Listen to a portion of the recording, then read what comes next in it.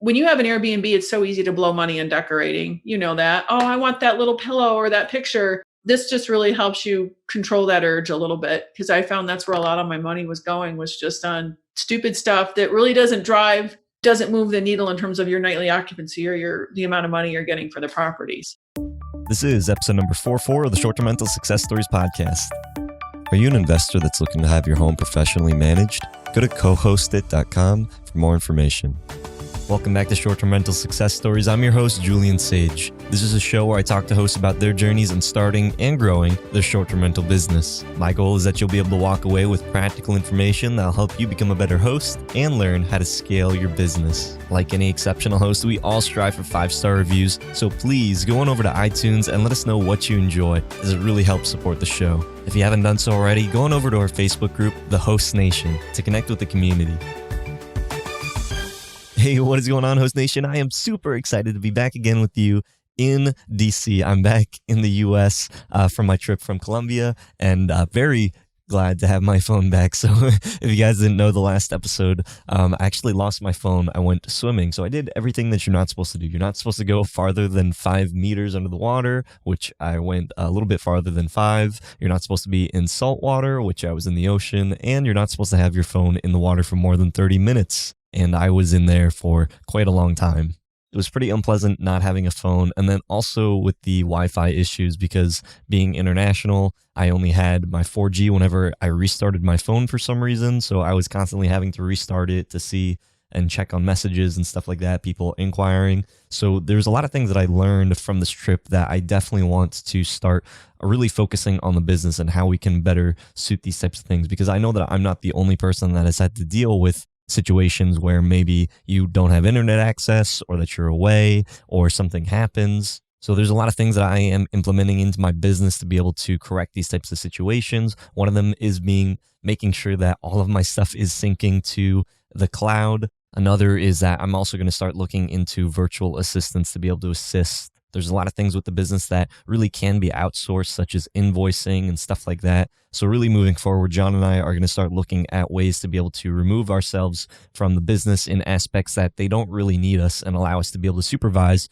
from a different position. But I'm super excited for this new year. There's so many things that I have planned for you all. If you got my email from last week, I was really starting to open up with you guys and share with you some of the things and some of the insecurities that I personally feel, because being in the space now for about a year, I really started to kind of feel some like imposter syndrome, honestly. A good majority of my life is all about this show and all about Airbnb and short-term rentals. So I honestly felt like I wasn't where I should be. I talked to so many people, and there's such a demand to scale quickly. And I honestly didn't feel like I had scaled as quickly as I should have. You know, at this time, I have my basement unit and a co-host client, and I plan on taking on a rental arbitrage unit very soon, just to have a full diversified portfolio. But I honestly thought that I would have had so many more properties, and that I would have achieved these types of goals that I had in mind so much quicker.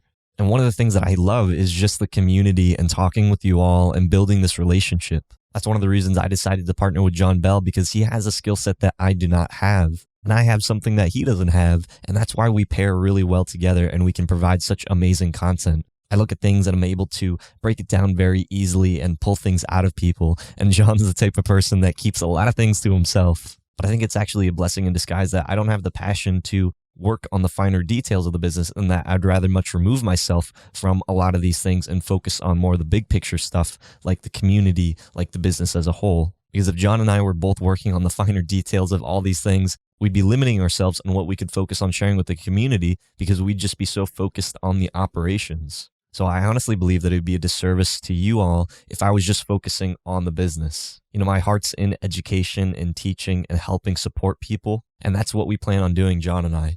So I hope that you all are okay, that I don't have this crazy success story. I didn't go from 0 to 50 units in a year. I didn't make enough money in my first 6 months that I could quit my job. I still work in the military full time, and I've still got another couple of years on my contract. But I do have a passion for helping you all, and I do hope that you can understand and see that. But with all that being said, let's jump into this week's episode. And in this week's episode, I have the special honor of speaking with Karen and Scott, who are coming from Arlington, Vermont. Karen and Scott own 10 properties. They own 10 properties. They co-host one, and they have one rental arbitrage unit while working full-time jobs. Karen and Scott are a great team together as they complement each other so well. Scott has this construction background and Karen has the decorating and business skills. This is such a powerful dynamic duo. In this episode, Karen and Scott talk about how they got started into the short-term rental space, how they were able to get funds to buy and purchase 10 properties within 3 years, and their unpleasant experience doing rental arbitrage and co-hosting and the lessons that they've received from that. What's really amazing is that Karen and Scott, prior to Airbnb, didn't have any real estate experience, and now they have purchased 10 properties. 10 properties, that's crazy. What's actually pretty interesting is that I actually met Karen and Scott at the Bigger Pockets event, but I actually messaged Karen before the event asking her to come on the show, and she ignored me. So, Karen, I'm still hurt that you ignored me, but I'm super glad to have gotten you on the show because you are so powerful, and this is such a great episode for all hosts. If you like my show notes for this episode, go to shorttermsage.com/STR44. Or if you like my show notes sent directly to your inbox every week, as well as my own personal messages, go to shorttermsage.com/show notes. With all that being said, on to this week's conversation. Hey, welcome back, Host Nation, to another episode of Short-Term Rental Success Stories. In this episode, I have the special honor of speaking with Karen and Scott Chenaille. Chenaille? All right. Yep, got it. Awesome. If you please wouldn't mind introducing yourself and let the Host Nation know who you are and what inspired you to get into short-term rentals. So we're Karen and Scott Chenaille. We live in Arlington, Vermont.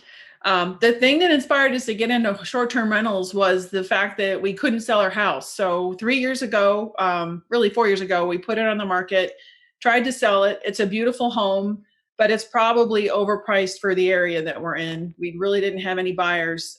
We were trying to sell it ourselves. We didn't enlist the assistance of a realtor. We were trying to save a little money. And we went on a vacation to Portsmouth, New Hampshire. And we were actually looking to stay in an Airbnb and there was nothing there.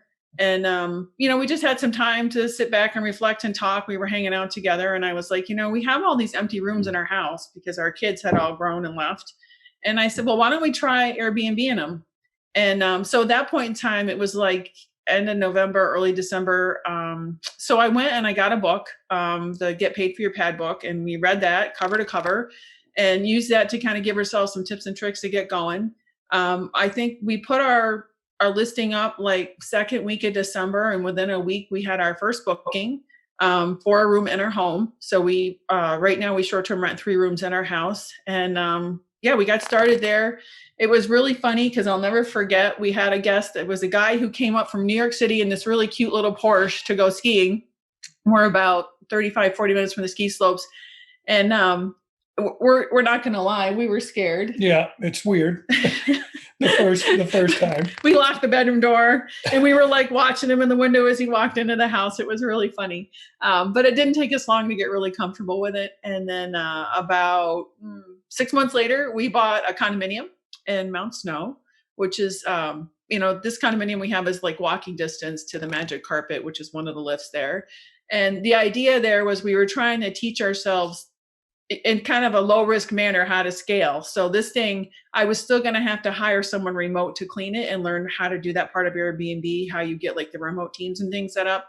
But it wasn't so far away to where if something went wrong or I made a horrible mistake, I couldn't like jump in my car and run out there. We went in and remodeled it because it's close enough. It's an hour away from us. We remodeled it, and Karen's got a pretty good eye for design, interior designing and stuff. So it came out good, and it took right off. That one does really well. Of course, because it was the middle of the ski season. Yeah. So, I mean, well, all in, we probably had about 65 total. That was with the purchase of the real estate and then the renovations. And I mean, in the winter on a busy holiday weekend, it can go for $300 a night and it's a studio. Wow. It's crazy. It doesn't do so great in the summer. Obviously that's the off season, but it makes way, enough in the winter to more than cover your expense load for the year.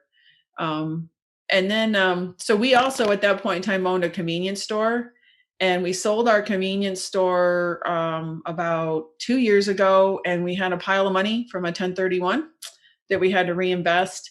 And so at that point, we really had gotten the hang of remote management, and we wound up buying 3 different properties down in Biloxi, Mississippi. We fell in love with Biloxi. We were on a cruise and we rented a bike one weekend before we were getting on the ship, and we took a motorcycle ride out to Biloxi. And I had never knew it existed. It has white sand beaches. It's got casinos. It's got malls. It's got a coliseum, a pretty big concert venue. So we wound up, we went down there on a real estate shopping expedition in April because we knew our 1031. We just wanted to have everything ready. So when the 1031 came through, we could pull the trigger on that. So we had 1031, big pile of money we had to invest. So we bought 3 different properties in Biloxi, ran those for about a year or so. And then my husband reached 59 and a half. So he was eligible to pull the money out of his IRA with no additional penalty. So we took that and went and bought some cabins, a cabin in Gatlinburg, and hung on to that for a while. And then we just recently bought another cabin, again, using the proceeds out of his IRA for down payments. So we've been really busy. And then there's another one we picked up in April of this year, also in Mount Snow. But for that one, we used a self-directed IRA. And I haven't heard a lot about people doing that, but you can do it. You just have to be super careful that you can't do any of the renovations yourself. You really have to be hands off or else it's considered self-dealing. So we bought that and we paid other people to go in and do all the renovations. And I actually have that one listed through Evolve because I just want it to be very clean. I don't want it under my personal Airbnb account. So Evolve manages that one for me. And I have a cleaning lady that takes care of the guest interaction. And that one does really well as well. That one kicks it. It's ski on, ski off. It's really good. Wow, Karen, Scott, you guys have just been rocking and rolling these past 3 years. Did you have any prior real estate experience coming into short-term rentals, or was it like short-term rentals, real estate all at the same time? All at the same time. All at the same time. Yeah, it's kind of funny. Some women like to buy shoes. I like to buy condos. Oh, condos can be pretty scary. Have you noticed with like regulations in the condos, or how are you working around those? A tip that I learned from my real estate agent down in Tennessee, Avery Carl, she said that you generally should only buy in a market that's been really well established, that's had short-term rentals even longer than like Airbnb and HomeAway have been around. I will tell you that we did have some trouble in Biloxi. We bought a property there. In the homeowners association's documents, it said you could short-term rent. There were loads of short-term rentals on the coast at the time. Biloxi had a formal registration requirement, but they weren't really enforcing it. And I said, I'm kind of an outsider here and I like to go really above, on the books with things. So I applied for a permit for that property and started this massive controversy down there because the city didn't really have their thoughts together. They weren't really well organized to accept all of these permits, but they started saying, it was weird. I put my application in and then we started hearing they were going to start cracking down. And it was about a 9 or 10 month ordeal where the city was just trying to sort through, how do they balance the economic impact of the short-term rentals? Because it's pretty sizable with what the local residents and things wanted. So out of the 3 properties we bought, the third one I bought, I actually had to convert it to a long-term. So it was furnished. I got to run it as a short-term for like maybe 2.5, 3 months. And then it looked like things at City Hall were headed the other way, meaning not in my favor just for that one property because the people who lived in the condominium complex did not want it. Even though the homeowners association rules said you could have it, it was going to have to be rezoned, and that's how they blocked it. And how has it been doing at converting? Because a lot of people maybe are afraid to purchase property and then regulations change or their HOA condo says you can't do this. How is the performance from converting it from short term to long term? I will say that. So when you convert to long term, you also cut your expense load, right? I stopped having the internet. I don't pay the electric bill anymore.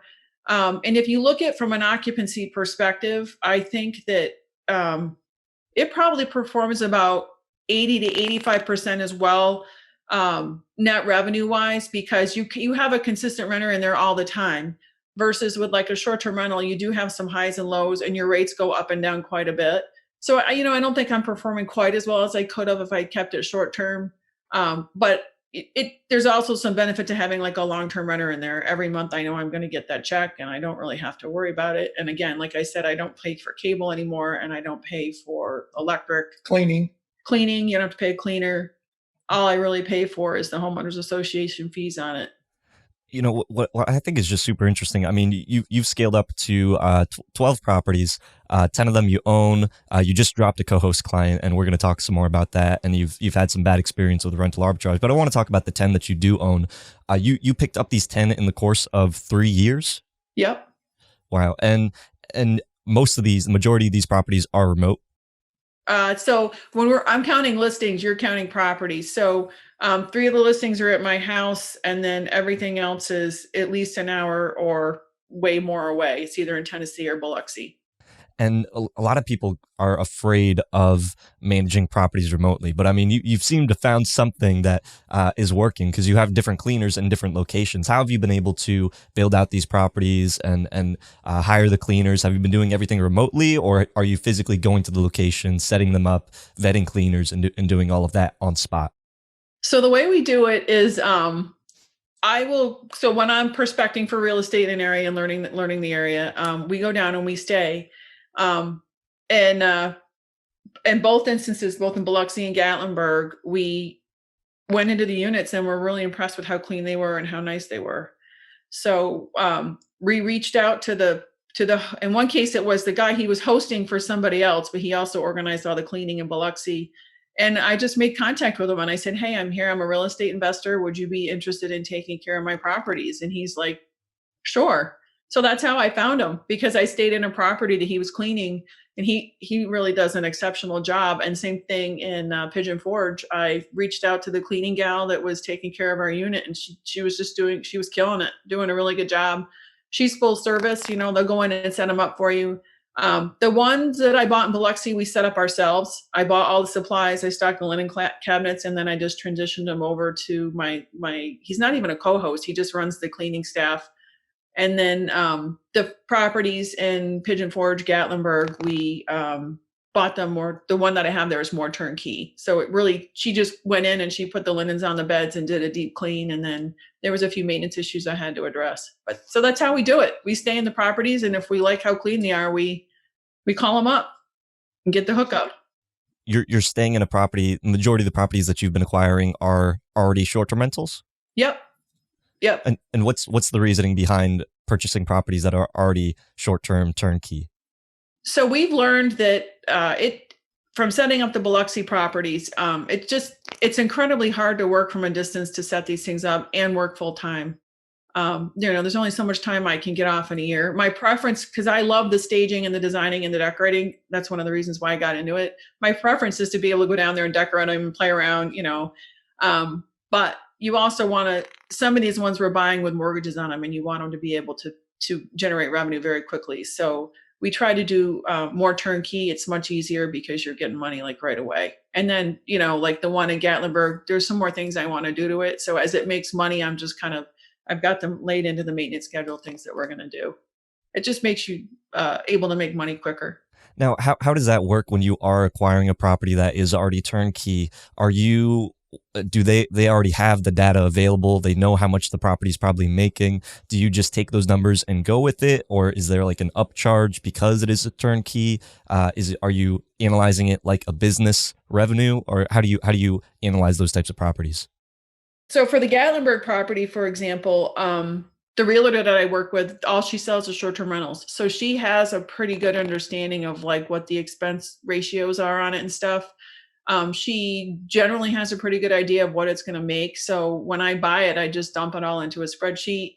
I do risk it up a little bit just because I'm not a new host, but when you're new in a market, you don't get booked as quickly. You're lower in the search rankings for Airbnb, and it just takes you some time to build momentum. So I just use the data that's already available on it. And in particular in Gatlinburg, so the one I have there, I've got about 6 months of runtime on it right now, and we just bought the other one. We'll close on it in January. So now I have my own data, and I don't risk it up at all because it's my own data. And then I have a very good idea of what the return is going to be. What are your thoughts on people? Because a lot of people say, oh, don't purchase a property with the sole intent to short-term rent it. But there's people that are selling turnkey properties that are for short-term rentals. What are your thoughts on purchasing these types of properties versus purchasing a long-term rental and then just, optimizing it as a short-term rental and kind of taking the cream, taking as much as you can during that period? I think you really have to know what the regulations are, right? Like you have to be sure you need it in writing.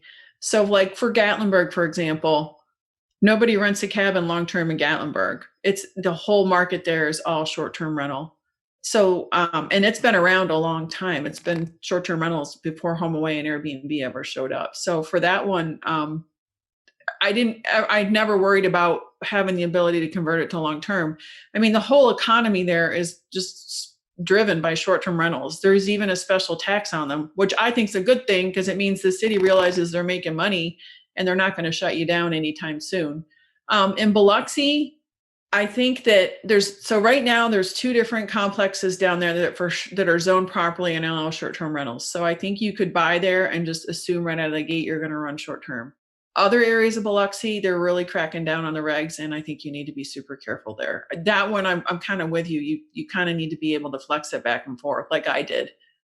With purchasing a short-term rental, what's the return on what's the return on that supposed to be like? Like, let's say if you were to purchase a long-term rental and you were to get a tenant in there and you're maybe making $200-$300 a month, it's going to take you, maybe 30 years to pay off the whole place. You're not really going to be able to pay off the place in a rapid period of time. For when you're purchasing a short-term rental specifically for that intent, how soon should you be able to pay off the property? I have a little bit different philosophy on that. I don't really try to pay them off. Big fan of Rich Dad Poor Dad, other people's money. So my goal is not necessarily ever to pay them down because, we're going to pay the mortgages, but for right now, because we're trying to generate cash flow and eventually retire on this, we are not really in pay down mode. We're trying to get cash flow so we can grow and buy more properties. But I think what you're asking me is like, what's a cash on cash return for like a short-term rental? I don't know. I usually look for anything over 25%. I'm looking to really like kill it. And then for that reason, we were actually looking at another property in Gatlinburg and we pulled out. We were going to buy a duplex at the same time. And as we were buying this other property, and I just got kind of nervous because I was worried about the cash on cash numbers on it. There were a couple of fees and the financing was going to be a little different because it was a duplex. So the interest rate was going to be higher. And it was just enough to the point where it didn't meet my criteria because I was going to have to tie too much in the deal. So yeah, we like 25 or 30% return on them. 25 to 30% return. And what for your net profit per month, what are you looking at for those types of properties? So a cabin in Gatlinburg, after all the expenses, should bring you, this is an average, right? Because in the slow season, it's not going to be quite as much, but anywhere between $1,000 to $2,000 a month. And that's like all in, that's everything. That's like your mortgage, your interest, your taxes, and it's paying it's for itself, and you're also building the appreciation in it. And, property values down there continue to rise. So That is it's pretty crazy. good. It's crazy. Gatlinburg's an amazing market. Why do you think not more people are jumping in on this? That's crazy to be able to acquire a place that still has a mortgage and then you start, just making $1,000 to $2,000 a month when everybody's spending all this money on, long-term rentals and they're making, not pennies, but it's maybe $200-$300 a month. There's a big difference there. I think people are intimidated by short-term rentals. There's a lot to it. It's not, you can Right. get a long-term rental and it doesn't have to be like perfect on the inside and look like this show place. You could get a long-term rental and maybe not invest as much in the interior fixtures and furnishings and probably get a good tenant in there and do okay. I think you really have to try hard in short-term rentals if you're going to set yourself apart. And there's, also the hosting component of it. You really have to do good on the hospitality side. You can have a tenant and you don't have to invest as much there's a bare minimum things you have to provide and you're good. When you're hosting and you're dealing with the public, essentially, you really have to kind of kick it up a notch. And I think a lot of people just don't want to be bothered by that. But that's that extra amount of effort you're investing of your time to get that extra return. And it works. If you're a good host, people come back and book with you over and over. Those 5-star reviews, really drag in the guests. If you were to outsource all of this, because you're doing all the majority of the management, you're just doing yourself, except that one Evolve property. Yeah. If you were to outsource this to a manager, what would your returns look like at that point? Would it be more like a long-term rental property? I definitely think it would be closer to a long-term rental property. I mean, the returns in the Evolve property are still pretty good. They only take 10%, but I still like if something breaks, I'm responsible for getting someone in there for the maintenance. My cleaning lady is still the primary point of contact. So Evolve is that's why I like them though. They're not a full service management company, and that's why they only take 10%. So yeah, I think if you don't self-manage, it really does erode your returns. So that just means that you've got to work even harder to get that better deal up front. And in some markets, that's pretty hard to do, especially in Gatlinburg. The market's really hot. Like if you go down there and you're going to buy something, you got to bring your checkbook and like put your earnest money down that day and close the deal. And really, you should work with a mortgage professional and get pre-qualified. How do you both do this? I mean, that's crazy. You both work full-time jobs. You're managing properties across the country, and you still have superhost status on your profile. I mean, you're doing something right. She's amazing. What's the secret? Is it Karen? Karen's the secret. Oh, Yeah. no, it's not me. It's him. He deals with my craziness. So I'm a big believer in The Miracle Morning by Hal Elrod. Jocko Willink too. I just very disciplined. I get up 3:30 every day and I meditate. I work out. I work on my business for 30 or 40 minutes a day. I'm really lucky because I have a job that allows me to take every other Friday off. So, and I use that time to do the different things in my business. I do a lot of goal planning. So I set out 30, 60, 90-day goals. And I have this crazy planning system I use where I lay them out every week and check them off. Her commute to work one way is an hour and 10 minutes.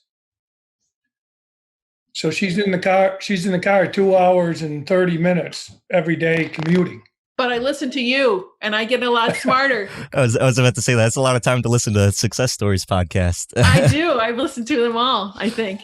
So what are the systems that you're implementing in your business? Like, do you have a system for when you're acquiring properties? Because that's you're picking up properties left and right, and you're doing something right. So what's your process when you are analyzing these properties? I have a spreadsheet that I use, and so I've gone through and set up all the metrics, and whether I'm buying. So the other thing I should let you know is I try to cluster where I buy, so I'm not spread all over the country. I feel like once you get a system set up in one place and you learn the rules and you learn the regs, you should just continue to buy there as much as you can, because it's a lot of work to scale out. You've got to reestablish that system, the boots on the ground type of thing. So we really try to stay in the markets we're already in for right now. I haven't really seen any other ones that I really want to jump into. But I have a virtual assistant that I hired. And so there's quite a bit of stuff. I have like an onboarding checklist and system that we created, and everything I have to do works off the projected closing date for the property. And you just drop the closing date in there, and there's all these tasks I have, and it just tells me what I got to have done by when. There's a lot of stuff that I outsource to her, so she can make phone calls and things. She uses, I think, WhatsApp or one of those internet phone calling apps to make calls on my behalf. She has pretty good English. And then in terms of analyzing them, I think we went through. I have that spreadsheet where I'll just dump the purchase price in, so I can know almost immediately whether I think it's a good deal, because I've already got all the expense ratios for all the markets that I'm in. So it doesn't take a lot to figure out, what we're buying. I mean, the cabin that we're closing on January 3rd, we happen to be down there and see it. But if I would easily buy another property in Gatlinburg sight unseen, just because I know the market and I kind of know what does well, and I really trust my realtor. Well, you got to be careful too, because sight unseen, we did sort of buy one sight unseen, but we went down for the inspection. We do our own inspection because I'm in the building business, so and sure enough, there was a problem with the foundation on this one, and so I said to Karen, I'm nervous about this one, and so we pulled our offer back, and at the same time, Avery said, "Well, while you're here, you might as well look at some more," and we did, and we found the cabin that we're closing on a third. So you got to be careful. Make sure you have an inspection done, or do your own if you know. Are you running the numbers like using like AirDNA, Airbnb? Are you coming up with occupancy and all this before you pick up the property, or when you're picking up on scene, do you not know what the numbers are?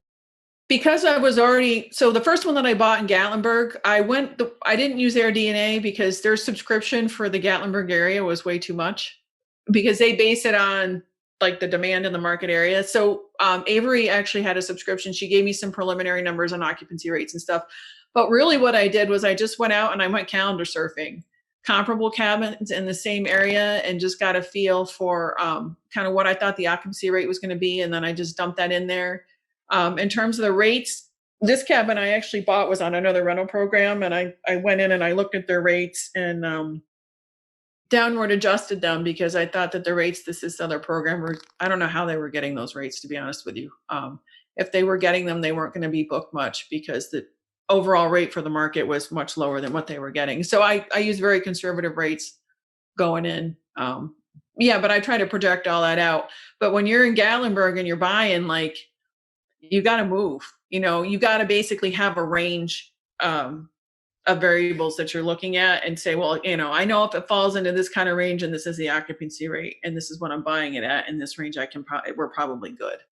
With your VA, at what point did you decide to hire a VA, and what were the responsibilities that you were trying to pass on to them?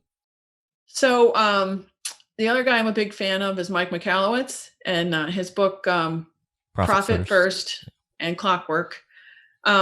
Clockwork kind of gave me the kick in the butt to go find the VA.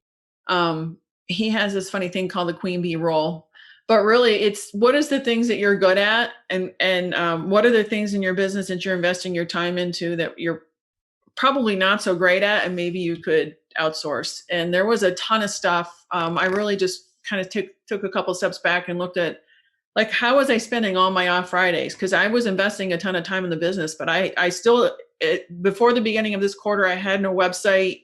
I was still struggling a little bit with my books. Like, there was just so much stuff. I'm like, this is ridiculous. I'm putting like 20 and 30 hours a weekend and I'm not growing. I'm just barely keeping my head above water. So the things that I outsourced to the VA were listing maintenance tasks. So anything, she had experience with Airbnb and stuff when I hired her on. So she started doing all of that stuff for me. I wrote some processes and things for her to do. I use QuickBooks for my back office, and there's, as you know, when you're renting these things, you get a ton of Airbnb deposits coming in, and you have to allocate them to the properties. So I wrote a process, gave her that. More and more, there's another piece of software I use called OwnerRez. So that's also they pull a lot of information out of Airbnb listing, but not all of it. So I have her go in there and maintain that. And I also have her essentially sync the rates so that if you book my property through my website, you're going to get the same rate on Airbnb and HomeAway. So I have her do that. And there's more stuff. I'm looking all the time at different things that I can delegate to her. I'm always kind of looking at, okay, what am I doing? And is this something that I can delegate out to somebody else? Always trying to look at that and make sure that I'm focused on acquiring the properties and figuring out what is our next move. I want to hit on one more thing before I ask about the co-hosting, because I just think it's super interesting. You picked up all these properties and you own them. What's the upcharge, or what's the premium price that you're paying for these turnkey short-term rental properties compared to if it was just a regular long-term rental property? I think it's a lot. So the cabin we bought in Gatlinburg, we paid $439 for that one, and I had to pay full price. There were some things in there there was like a couple of nightstands that I wanted to replace. I asked for $1,000 in concessions and they were like, nope.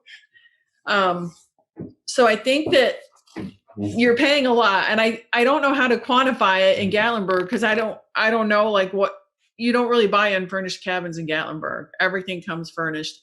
So we were looking at a duplex and we were going to buy that brand new. It was a new construction and it came furnished with everything in it.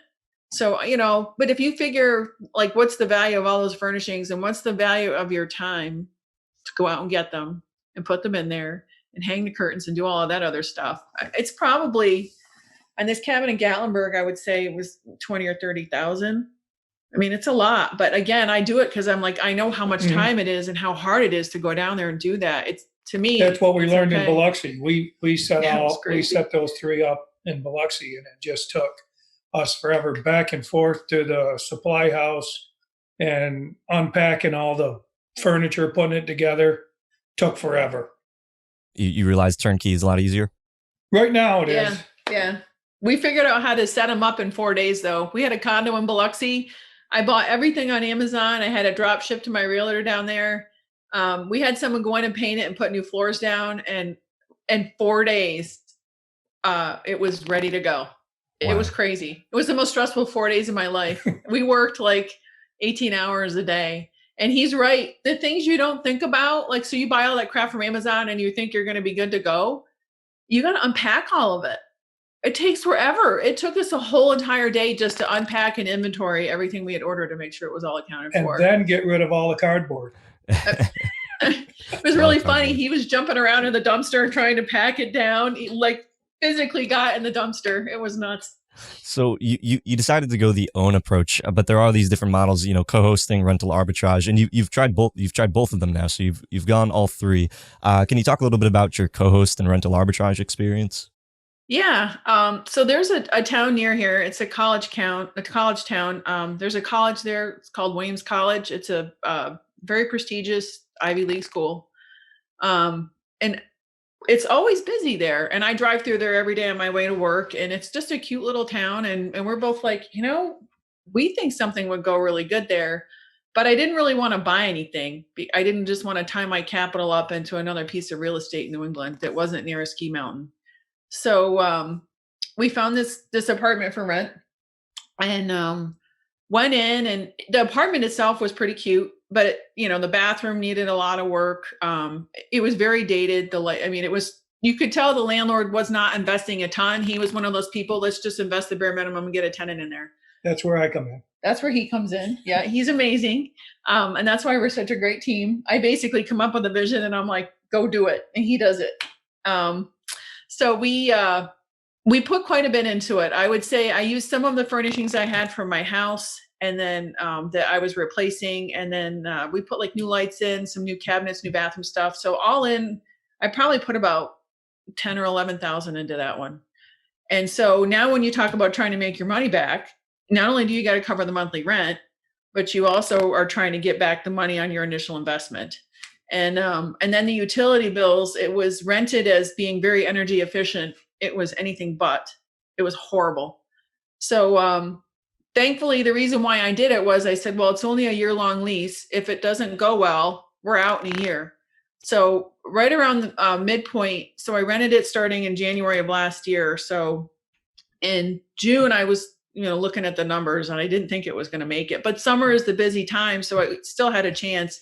But we really just never really, it barely covered its cost, and I never made back really the money that I tied up in it, So when we moved out, we still left like the landlord got a great deal because we left it 10 times better than it was when he rented it to us. It had like new vanities, the new toilet, lights.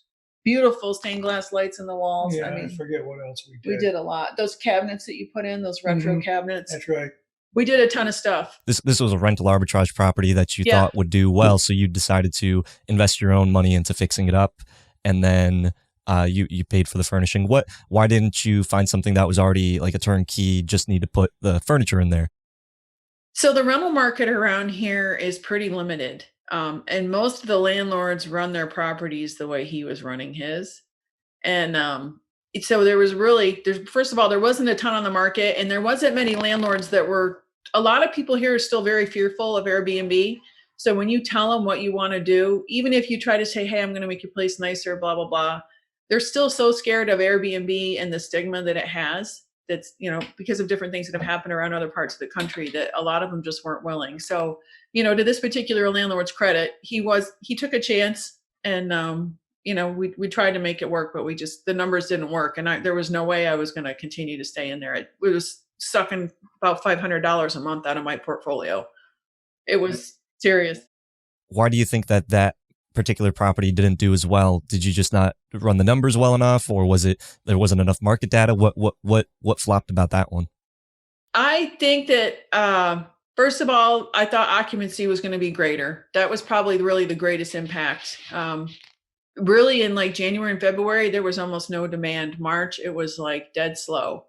So even once occupancy numbers picked up, I would say the revenue, I mean, the most I could probably ever get for it a night was like 130 or 140 a night. And when I ran my numbers to make money, I needed to be renting it like probably 60-70% occupancy at about 150, 160 a night. And I never saw those occupancy rates ever, or those rates. So I kind of knew probably about the middle of last year that it was kind of a dog and I was going to have to get rid of it. So we moved out. Do you think that you could do this in other markets, let's say in the Biloxi or Pigeon Forge or any of these other markets that rental arbitrage would work? Because you're investing a lot of money of your own capital into these properties, but you own them, which is, you know, the benefit. But do you think that you would still, moving forward, incorporate rental arbitrage, or was it just you've tried it and you're kind of done with it? If I was going to rental arbitrage, it wouldn't be in Biloxi or Gatlinburg, because people who would be interested in rental arbitrage would probably already just short term. They would find someone to manage it for them, and they would just have someone else host it. I think if I was to run an arbitrage, I would go someplace that was kind of like someplace in Texas, like Austin or something like that. That I know there's actually quite a bit of it going on in there. There's quite a bit in San Diego. I would just pick a completely different market where there was a lot of rental activity and a lot of local demand, besides a college. So what about all these different methods did you choose owning would be the one that you wanted to double down on? Actually, I started out owning, but I actually would like to get into more co-hosting, because if you think about it, anytime I buy one of these things, I'm tying up a lot of capital, right? And we're kind of running out of our capital runway here. I'm going to have to start to get pretty creative about how I find these properties. You can only have 10 mortgages in your own name, and then you have to get more creative, and the financing gets more expensive. So if you look at co-hosting now and you look at kind of where I am in my business, I have all the systems set up. I spent this last quarter really shoring myself up, just so we could add on more properties and co-host, building up my credibility, things like that. So I think moving forward, I would actually like to get more co-hosting properties because I have all of the automation and everything in place. It's super easy to add them on, write the listing description. The biggest challenge with co-hosting though is you really need to find an owner that understands that they need to invest to be successful. And the one property that I co-host right now, I think that's been the challenge is they're in a little bit of a hard time financially, and they're asking me to co-host this big house, and they don't want to put a lot of money into it. And so it gets kind of tricky because I have a superhost rating, and that's the benefit. They get a listing with me. Their listing instantly will get superhost visibility and status, and they get the benefit of all my automated pricing, things like that. But they don't want to invest. And so I really have a hard time with that because it's putting my rating at risk on the platform. And I have a pretty significant portfolio. I have a lot of sales coming in off of Airbnb, and I'm not willing to take that risk. So trying to exit that co-hosting agreement. Yeah, if you want to talk a little bit more about, because you said quote unquote nightmarish co-hosting agreement. What would you do differently if you had to redo that one? So let me just say why I took this one. This was my first co-hosting agreement. I didn't have to do, and the problem was we don't have an agreement, right? So I put a co-hosting proposal together. It was but there's no like agreement. And for me, that's good because I want to get out of it. But there's nothing legal that obliges me or the owner to stay in the agreement. So that's probably the first thing that I did wrong was I don't have a written document that says who has to do what, who has to invest. Typically when you're co-hosting, I went into it with the idea that I would be responsible for staging. I would get to pick the linens and things that we were putting in there because that's what I do. That's what I'm very good at. And this particular owner thought that they could save some money by going to Ikea and buying things on their own out of the bargain bin. So right away, I knew like nothing was matching in the rooms. And all the stuff that I did buy, they gave me a very tight budget. They said, don't spend more than $3,000, like everything. That was all the cleaning supplies. I had to buy vacuums. It's towels, washcloths, a lot of miscellaneous things. And it took me a long time to get the listing ready. So they had been living in the house and we had to get it deep cleaned and then staged, and they didn't want to buy anything. So we were trying to make do with some of the stuff they had. Every penny I spent was scrutinized.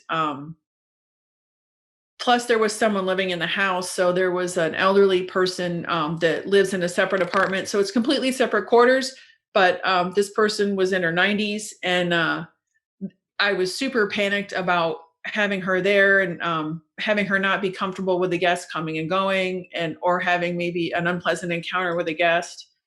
I mean, I would never, ever, ever take something on like that again, especially not with someone living in the property. No way. So moving forward, you would do what differently? I'd get a formal agreement. And the formal hosting agreements typically lay out like, you give the owner an estimate of what they're going to have to invest up front. And I would stick to that. And I would make them, if they don't agree to investing and getting the property up to my co-hosting or my hosting standard, I'm just not going to do it. It's not worth it. What has short-term renting allowed you to do? Because you both have full-time jobs, and prior to this, you didn't have any real estate experience, but now you have over 12 listings that you have. What's the number that you're trying to reach as far as your financial independence, retirement, and where are you currently right now? So we're trying to reach $12,000 a month in passive income off of the short-term rental portfolio. My husband's a little bit older than I am. He's building his last really big house right now. It's a big house, so they won't be done for 3 or 4 years. So the idea is that he'll build that house and then retire. So what we want to do with it is have passive income so that we want to work in a business together. Like, we are awesome together. We call ourselves the Wonder Twins. We just get along great. We're a great team. We complement each other super well. And I love working with him. Like, we can work all day together and it's crazy. We just get along so good. I would really just love working with him. So that's what we want to do, is have our own business, whether we're doing short-term rentals or maybe like flipping a house. Yeah. We're going around to the ones we own now, fix them up. Something's always got to be done. So that's our plan. We're going to buy an RV and drive around to all our different properties, That's awesome. That's so cool. What are you doing to set your units apart in these different locations? So the big things that I think that drive guests to my listings are, number one, my rates. Always. It doesn't matter. Like, people are always enticed. First, I think it's the rate they look at. And then I think you start to compete on how is it decorated inside? What does it look like? What's the presentation? And reviews. And then location. So I use automated pricing tools, and I'm always make sure my rates are very competitive, and that makes sure that even in the slow season, we're pretty booked. Do you have a system when you are building out properties, or is every property a little bit different? Because when you're picking up a property, I imagine that there might be some things that are missing or some things that aren't to your standard. Do you have like a vetting process that you do with every new turnkey property, or with any property that does need to get furnished? I do. So typically when we buy them, as part of the inspection process, because you got to travel to these things, I at least try to see them before I list them. So I go down and I have a big set of checklists for every single room. And I go through and I visually, during the home inspection process, like, as he said, we do our own inspections. So I do he does like structural, exterior, and I do like, does it have luggage racks? Is the couch a sleeper sofa? Are there sheets for it? Do I have can openers and stuff like that? So I have a whole massive list of check sheets that I use, and I check everything off. And then off of that, a list is generated of things that I have to go out and buy. And I buy them and ship them to the on-site staff, like my gal in Gatlinburg, and she puts them in for me. And your on-site staff, these are people that were already at the property working there, or are you finding new people? So I tend to use the same people over and over. So like in Gatlinburg, for example, I have a gal who, she's got expertise in staging and cleaning, and she takes care of all the guest complaints. So I don't try to go find new people unless there's a problem. And so far there hasn't been. We've been really lucky. Like, everyone we found has just been great. And she also has connections. If something happens to the boiler, she knows a guy, or needs some painting done, stuff like that. She's been great there too, hooking us up with different people to do that maintenance work. How much time would you say that you're spending on your business? Because if you have this many properties, you have full-time jobs, and these properties are all remote. What are the systems that you have in place? How much time are you spending on your business? I'm a huge fan of automation. I pay a lot for automation, and I don't mind it a bit. So I use Smart B&B for all my messaging, Turnover B&B to schedule all the cleaners. For my bookkeeping, like QuickBooks, I have a lot of the transactions being automatically classified when they come in. I've trained my VA to process all the sales. So again, to keep myself focused on the growing and what I think my queen bee role is, I probably spend 8 to 10 hours a week total on the business. And all that other time is focused on analyzing properties and trying to grow your portfolio? Yep, trying to find new deals, money, or working on the infrastructure, right? Because I think before we started the podcast, we were talking a little bit about my infrastructure challenges, and I'm still trying to shore that up and get it just perfect. So I'm still working on that a little bit. And what has been the most challenging part of scaling this business? Honestly, the time that it takes to find the properties and finding the time. Like, I'll make an offer on one site unseen, but I have to go see it, right? Like, I want to know, like, if we hadn't gone to see this other one in Gatlinburg, we would have made an offer on it and bought it, and it was a mess. Certainly not turnkey enough for me. So I think really it's finding the time, the vacation time, to just hop in an airplane and go somewhere for 4 days and do some speed buying. We love to do it, but oh my God, it's the best time ever. We're like giddy. We love to buy real estate. Love it, love it, love it. What's the best piece of advice that you can give to somebody that is planning on purchasing a turnkey property? Because that's a lot of money that you have to invest, and there's probably a lot of fear that comes with that when you're making that type of investment. What's the biggest thing that you've been able to take away from all these investments? In terms of buying turnkey, make sure it's actually turnkey. If you're going to buy turnkey, you need to go down and look at it for sure. So use the inspection period that you have to go down there yourself, because an inspector is only going to tell you can get a home inspection done, and you should if you want it, but they're not going to go and count how many forks do you have in the drawer, how many hangers are there in the closet, and these are all things that make a difference and they matter. So my advice would be, if you're buying turnkey, to go down there and do that inventory and just make sure it's truly turnkey, ready to go. Make sure you have check-in instructions from the existing owner, because you may not realize it, but it takes a long time to put all that stuff together. And if you've never stayed there, you have no idea, like, what's the easiest way to get there, or, what are the peculiarities about check-in, because you've never stayed there. But you're going to want to be able to list that thing as fast as you can. And all of those things take you time and effort to get your hands on and do them well.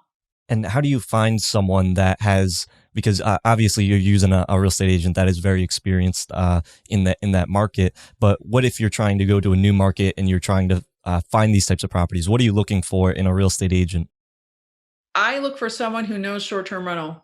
If they don't know short-term rental, don't work with them, because they just don't understand the numbers. They don't understand what drives guests. They don't get it. You really need someone who has quite a few short-term rental sales under their belt. Are you the one that's actively going out there and looking for these deals, or are you relying on the agent to provide those? It's both. So I'll go out and I'll hunt around on Zillow or Realtor.com. But right now, like for Gatlinburg, because I bought from this agent in the past, we're getting a lot of off-market deals, which is really cool, because you don't pay as much in real estate commissions and stuff because they're off market. So, once you establish a relationship with somebody and you're working with them, that's also a possibility. It'll save you a couple grand in real estate fees. Are there any sources that you're using? You said Zillow, but are there any specific to short-term rentals that you use to find properties? No, just like either the real estate agent or like Zillow or Realtor.com. Okay. And what would you do differently if you had to restart from scratch? You don't have any properties. What would be the thing that you would do? I would invest in education for myself. That is the biggest thing. There's a lot of people that say you can go out and you can learn this stuff on like the forums and Bigger Pockets, or you can Google it. And you can, but think about what's your time worth, right? Like I always judge an hour of my time by what General Dynamics, my company, pays me. It just think about the time it takes you to learn it all and figure it out and make the mistakes. You can get a course for about $2,000 that's going to teach you how to do all this stuff right out of the gate. They're going to give you the tools and the templates, and you're going to be off and running really fast. And you'll be very, very confident in what you're doing too. And plus, typically with these courses, you get some kind of an online community like a Facebook group. So you have a resource of people to ask questions to. You're not doing it alone. I didn't figure that out till about 4 months ago. Until now, I've kind of been a lone wolf. So then again, take baby steps. With us starting with our house, I think that was a big, getting everything going here, getting comfortable. And then, Karen got all the stuff rolling. And that's when we decided to try one fairly remote hour away. So yeah, start small, start with baby steps. Yep. And get your feet wet. And lastly, is there one house rule that you've decided to put in your house manual that has saved you before out of all these properties, different locations? Is there something that you have to include in all of your house rules? No parties. No parties. No parties. That's my big one. No pets. No pets. Pets will cost you a fortune. They do a lot of damage. No parties, no pets. That's us, but a lot of people allow pets and they don't have a problem. Awesome. And you're a big reader, big fan of learning, Karen. What are some of the books that you recommend for people that are just starting off? You mentioned Profit First. Are there any others? You said Rich Dad Poor Dad. What are some of your favorites? I would have to tell you, Rich Dad Poor Dad is what taught me about the power of real estate and got me really excited about real estate. And then I ran into Profit First. So I had 6 months ago, I was running my business checking account. I couldn't tell you, like, on the third week of the current month if I could pay the mortgages the following month. That's how badly I was doing with my money. I had no idea where it was going, what I was doing, how much was it costing me every month to run this business. And I got on Profit First, and it changed my life. I don't know. My business account is never less than $10,000 right now. I went from having no money to all kinds of money because I understood suddenly like how much I was spending, and I put myself on a budget. Really changed my life. I recommend that book to everyone. Man, Profit First and Airbnb really work well together. Yeah, there's a lot of money that's coming in and out with this business. How difficult was that to get your businesses all set to the Profit First model? It took me about 6 to 8 weeks because it's a little bit hard to learn. Like I started it out in my own personal accounts, my personal checking to kind of get the hang of it. And then I went in and I use a tool called YNAB to lay it all out. And YNAB just really helps you manage your cash and your budgets and helps you understand like to plan for big expenses. So let's just say you have property taxes are due in January and they're $1,000. Well, this is going to help you not have a surprise in January. You're going to be putting the money aside every month. So it just really kind of makes sure that you always have money for things. You're not stressed out. You don't lose any sleep. It also keeps you, when you have an Airbnb, it's so easy to blow money on decorating. You know that. Oh, I want that little pillow or that picture. And this just really helps you control that urge a little bit because I found that's where a lot of my money was going, was just on stupid stuff that really doesn't move the needle in terms of your nightly occupancy or the amount of money you're getting for the property. So awesome. Well, thank you so much, Karen Scott. You are just I met you at the Bigger Pockets event, and we ran into each other. I love being able to see you guys. I hope to see more of you, and you guys are killing it. Hopefully, I can get you on the show once you've kind of grown your portfolio a little bit more, and you can share some of the new secrets of your success story. Cool. Thanks so much for inviting us on. This has been so fun. This was one of my goals for 2020 and you helped me kill it in 19. So thank you. Awesome. Yeah. We'll have you on again in 2020. Cool. Okay. All right. Take care, everybody, and keep on hosting. Hope you hosts benefited from the show. If you found value, please go on over to iTunes, leave us a review, and let us know what you enjoy about the show. If you'd like to talk to hosts that have been featured in these episodes as well as the community, go on over to our Facebook group, The Host Nation.